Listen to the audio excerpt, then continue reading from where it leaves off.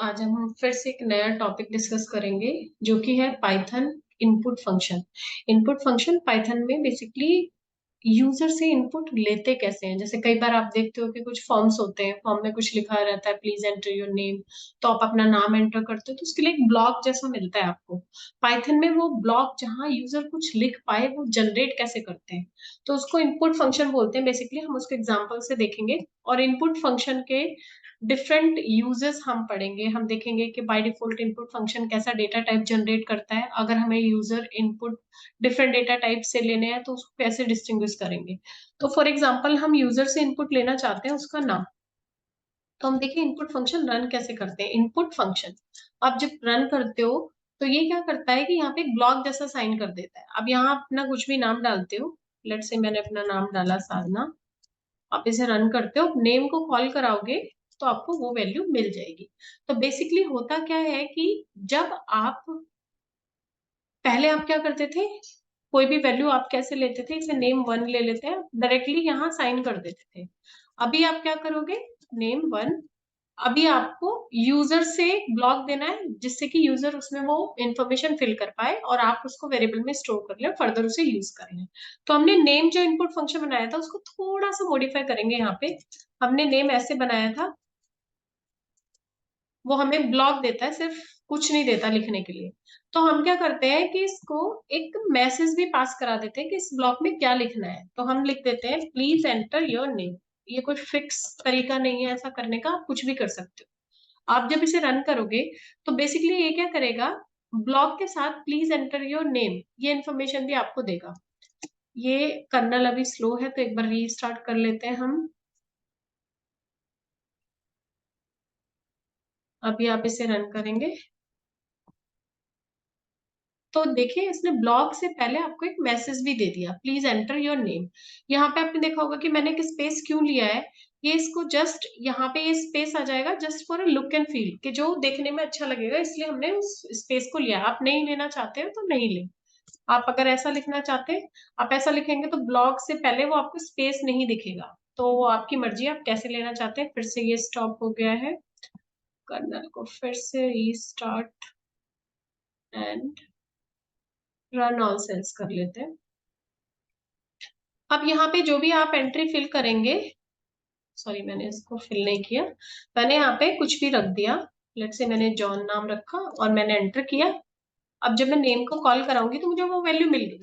अब देखो क्या होता है कि बाय डिफॉल्ट जो इनपुट फंक्शन है उसका डेटा टाइप जो होता है वो स्ट्रिंग होता है। लेट से अगर मैं नेम का टाइप चेक करूं यहाँ, तो वो मुझे स्ट्रिंग देगा। वो हमें दिख भी रहा है क्योंकि हमने जॉन लिखा है। लेकिन आप सोचेंगे कि अगर मैं age equals to input function लिखूं और यहाँ पे लिखूं please enter your age, right, मैंने ऐसा मैसेज दिया, ये रन करती हूँ तो यहाँ पे मैंने कुछ भी लिख दिया, लेट से 20। तो वापस मैं एज को कॉल कराती हूँ तो आप देखो एज भी आपको स्ट्रिंग के जैसा विजिबल हो रहा है। अगर आप टाइप फंक्शन से चेक करेंगे तो एज भी आपका स्ट्रिंग आएगा। तो नेम और एज दोनों में, नेम में हमने न्यूमेरिक वैल्यू नहीं पास की थी, हमने सिर्फ एक स्ट्रिंग पास की थी, बट उसने फिर भी स्ट्रिंग लिया। एज में हमने न्यूमेरिक वैल्यू पास की लेकिन फिर उसने न्यूमेरिक वैल्यू ली। तो फर्क क्या है, हमें ये समझ में आता है कि चाहे आप करेक्टर डालें या फिर न्यूमेरिक डालें, input function as a string ही लेता है। तो हमें इस चीज को ट्रीट करना पड़ेगा। बेसिकली एज हमें नंबर्स में चाहिए, इंटीजर वैल्यू चाहिए जिसमें हम फर्दर कोई कैलकुलेशन कर पाए। तो हम क्या करते हैं, इनपुट लेते हैं यूजर के और साथ के साथ उससे उस इनपुट को इंट में भी कन्वर्ट कर लेते हैं। बेसिकली टाइप कास्टिंग हम करते हैं। तो हम क्या करेंगे, इनपुट के बाहर एक इंट फंक्शन और लगाते हैं, समथिंग लाइक दिस। तो जब आप इसे रन करेंगे, अभी मैं 20 पास करूंगी, फिर देखिए मैंने एज को कॉल कराया, टाइप एज देखा, इंटीजर आ गया। तो ये क्या करता है, इनपुट लेगा स्ट्रिंग में और इंट में टाइप कास्ट कर देगा। अब आप बोलेंगे क्या मैं इसे नेम में कर सकता हूँ, नहीं, क्योंकि नेम एक स्ट्रिंग है, उसको हम इंट में कन्वर्ट नहीं कर सकते। बट यहाँ पे एक चीज हो सकती है, अगर वो स्ट्रिंग में कोई वैल्यू डालेगा तो ये एरर थ्रो करेगा। फर्दर हम एरर हैंडलिंग कर सकते हैं, लेकिन यहाँ पे ये एरर थ्रो करेगा कि यहाँ आपको इनपुट जो है वो इंटीजर पास करना है, अपनी स्ट्रिंग दिया है। तो हम यहाँ कोई भी इनपुट जो देंगे वो न्यूमेरिक वैल्यू, इस तरीके से हम इनपुट फंक्शन का यूज करते हैं। अब देखो कई बार क्या होता है, जैसे हमने इनपुट लिया, फॉर एग्जांपल मैं एक स्ट्रिंग वन का इनपुट ले रही हूँ यूजर से, मैंने इनपुट लिया और प्लीज एंटर एनी स्ट्रिंग, कुछ भी पास कर सकती हूँ। मैंने इसे रन किया और फिर उसने लिख दिया लेट्स से टेस्ट स्ट्रिंग, ठीक है। टेस्ट स्ट्रिंग को जब मैं S1 को यहाँ कॉल कराती हूँ तो मुझे उसका फॉर एग्जाम्पल पहले 4 जो वर्ड्स है वो एक्सट्रैक्ट करने हैं। तो मैं कैसे करती हूँ, S1 और आपको चाहिए, सॉरी 4 तक चाहिए, पहले 4, तो आप यहाँ 4 पास कर देंगे और आपको पहले 4 जो वर्ड्स है उस स्ट्रिंग में वो मिल जाएंगे। आपने ऐसा लॉजिक लिखा। बट अगर यूजर इनपुट पास करते हुए कुछ स्पेस डाल के टेस्ट स्ट्रिंग लिखे, माइट बी वो स्पेस गलती से भी हो सकता है और इंटेंशनली भी हो सकते हैं, तो उस केस में जब आप इसे रन करोगे तो उसको कुछ नहीं मिलेगा। पहले 4 वाले जो ब्लॉक्स थे वहां पे अब उसका जीरो इंडेक्स क्या होगा, स्पेस, इस तरीके से पहले जितने भी इंडेक्स है वो सारे स्पेस हो जाएंगे। तो हमें क्या करना होता है, उन एक्स्ट्रा स्पेसेस को भी ट्रीट करना होगा, तो हम स्ट्रिप फंक्शन का यूज करेंगे। इसका मतलब क्या होता है, जब भी ये, it's not about writing code, code जो भी आप लिख रहे हो वो फर्दर आप अपने लेवल पे ही उसको टेस्ट कर लो कि फर्दर ये इन सर्कमस्टांसेस में कोड हमारा ब्रेक हो सकता है। तो हमें पता है कि जब यूजर इनपुट पास करेगा तो मे बी कुछ एक्स्ट्रा स्पेस डाल दे या फिर गलती से उससे डल जाए, तो उस केस में पहले ही उसको स्ट्रिप कर देंगे जिससे हमारा ये वाला जो प्रोग्राम है वो फेल नहीं हो, अगर मुझे पहले 4 स्टेप निकालनी है। तो देखिए अब यहाँ पे हम बहुत सारे कितने भी स्पेस पास करते हैं, टेस्ट स्ट्रिंग रखा, S1 कॉल कराए, मुझे वो वैल्यू मिल गई। सो स्ट्रिप फंक्शन क्या करता है, लीडिंग और ट्रेलिंग स्पेसेस को हटा देता है, जो एक्स्ट्रा स्पेसेस होते हैं। अब दूसरा क्या एक और चीज होती है कि लेट्स से आप क्या चाहते हैं कि जो भी यूजर इनपुट दे आप उसको मैसेज पास करते हैं कि आप जो भी लिखें प्लीज कैपिटल लेटर में लिखें। लेट्स से मैंने एक नई स्ट्रिंग बनाई S2 नाम से और मैं एक इनपुट देती हूँ और इनपुट में एंटर करती हूँ, please enter name in capital letters, ठीक है। मैंने ऐसा लिखा, मैंने रन किया उसको, लेकिन वो फिर भी लोअर केस में लिख देगा। लेट से उसने लोअर केस में जॉन लिख दिया, मैं एक्सपेक्ट करूंगी कि जो S2 की जो वैल्यू है वो मुझे कैपिटल लेटर में मिलेगी, बट वो लोअर केस में लिख सकता है या फिर फर्स्ट लेटर कैपिटल बना सकता है बाकी लोअर लिख सकता है। तो हमें जैसा चाहिए, जैसा रिक्वायरमेंट है वो हम अपने लेवल पे ही चेंज कर लेते हैं। तो हम पहले स्ट्रिप लगा देंगे यहीं पे, स्ट्रिप मतलब कुछ भी एक्स्ट्रा एक्स्ट्रा स्पेसेस होंगे वो कवर करेगा और फिर उसको अपर कर देगा। एक सिंगल डॉट लगाना है हमें, डबल नहीं लगाना, इसलिए एरर है। तो यहाँ पे लेट्स से हमने बहुत सारे स्पेस डाले, फिर हमने यहाँ जॉन लिखा, एंटर किया, S2 किया, हमारी प्रॉब्लम सॉल्व। अब यहाँ पे आपको एक चीज का और ध्यान रखना है, ये अपर में तो आप स्ट्रिप का सीक्वेंस कोई भी रख सकते हो, अपर के पहले भी ले सकते हो, अपर के बाद भी ले सकते हो और लोअर में भी ऐसा कर सकते हो। हम यहाँ पे एक और स्ट्रिंग बनाते हैं, इसके मैं सारे केसेस आपको बता रही हूँ जहां एरर के चांसेस होंगे। तो जब आप इसे रन करेंगे तो मैंने इसको फॉर एग्जांपल लोअर लिया, मैं चाहती हूँ कि सारा इनपुट लोअर केस में हो, स्मॉल लेटर्स में हो, तो मैंने कैपिटल लेटर में लिख दिया, लेट्स से जॉन।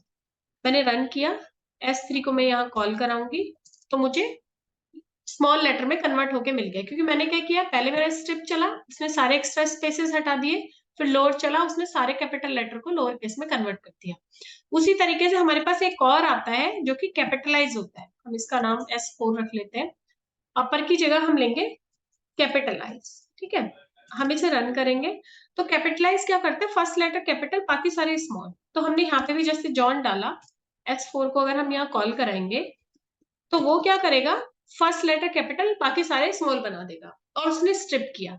बट ये जो S4 वाला केस है इसमें हमेशा आपको स्ट्रिप पहले रखना है। लेट्स से आपने स्ट्रिप फंक्शन को बाद में रख दिया, आपने यहाँ रखा, कई बार ये गलती होती है कि स्ट्रिप फंक्शन ऐसे ही काम करता है बट फिर भी आपको प्रॉब्लम आ जाती है।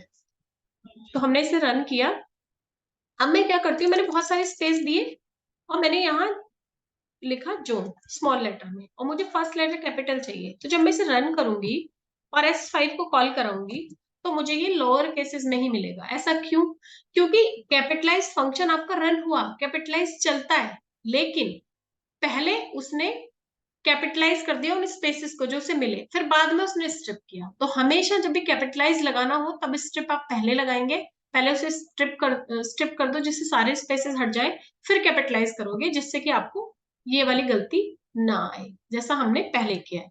ये आपको ध्यान रखने वाली चीज है। दूसरा ये तो हो गया स्ट्रिंग के डिफरेंट केसेस हो गए, जब आपको अपर चाहिए, लोअर चाहिए, स्मॉल चाहिए, कैपिटलाइज चाहिए। स्ट्रिप हम क्यों लगाते हैं, क्योंकि मे बी एक्स्ट्रा स्पेसेस आ सकते हैं जिसे हमें ट्रीट करना होगा। एक केस आता है जब हमें इनपुट चाहिए इंटीजर वैल्यू, तो उस केस में इंट का यूज करेंगे इनपुट फंक्शन के बाहर। तो इनपुट फंक्शन में ये कुछ बेसिक बेसिक सी चीजें हैं जो आपको ध्यान रखनी होंगी। तो अब हम जब भी वेरिएबल का इनपुट लेंगे यूजर से लेंगे, फिर फर्दर उसमें कैलकुलेशन करेंगे। जैसे हम नॉर्मली लिखते हैं, हमने कैन1 नाम का बनाया और यहाँ पे हमने इंट लिया और फिर इनपुट लिया क्योंकि हमें इंटीजर वैल्यू चाहिए, एंटर नंबर 1 कर दिया। ठीक है, उसी तरीके से हम यहाँ n2 बना लेंगे, छोटा सा वो करेंगे यहाँ और इसको कर देंगे हम n2 नंबर 2 कर दिया। ठीक है, और यहाँ पे हम क्या कर देंगे, n equals to n1 plus n2। ठीक है, और फिर यहाँ पे प्रिंट n करा देंगे। तो ये छोटा सा प्रोग्राम इसमें कैसे चलेगा, पहले यूजर से पहला इनपुट लेगा, फिर दूसरा इनपुट लेगा, फिर दोनों को जोड़ेगा, फिर आपको उनका सम प्रिंट करके दिखा देगा। लेट्स से मैंने यहाँ पे 20 लिया, फिर मैंने 25 लिया, तो दोनों का सम हमारा 45 होना चाहिए, उसने हमें प्रिंट करके दे दिया। इस तरीके से हम यूजर से इनपुट लेके फर्दर अपने वेरिएबल्स में वो वैल्यू स्टोर करा सकते हैं। That's it for today. Comment में लिखें अगर कोई प्रॉब्लम आती है इनपुट से related, feel free to write. Thank you very much.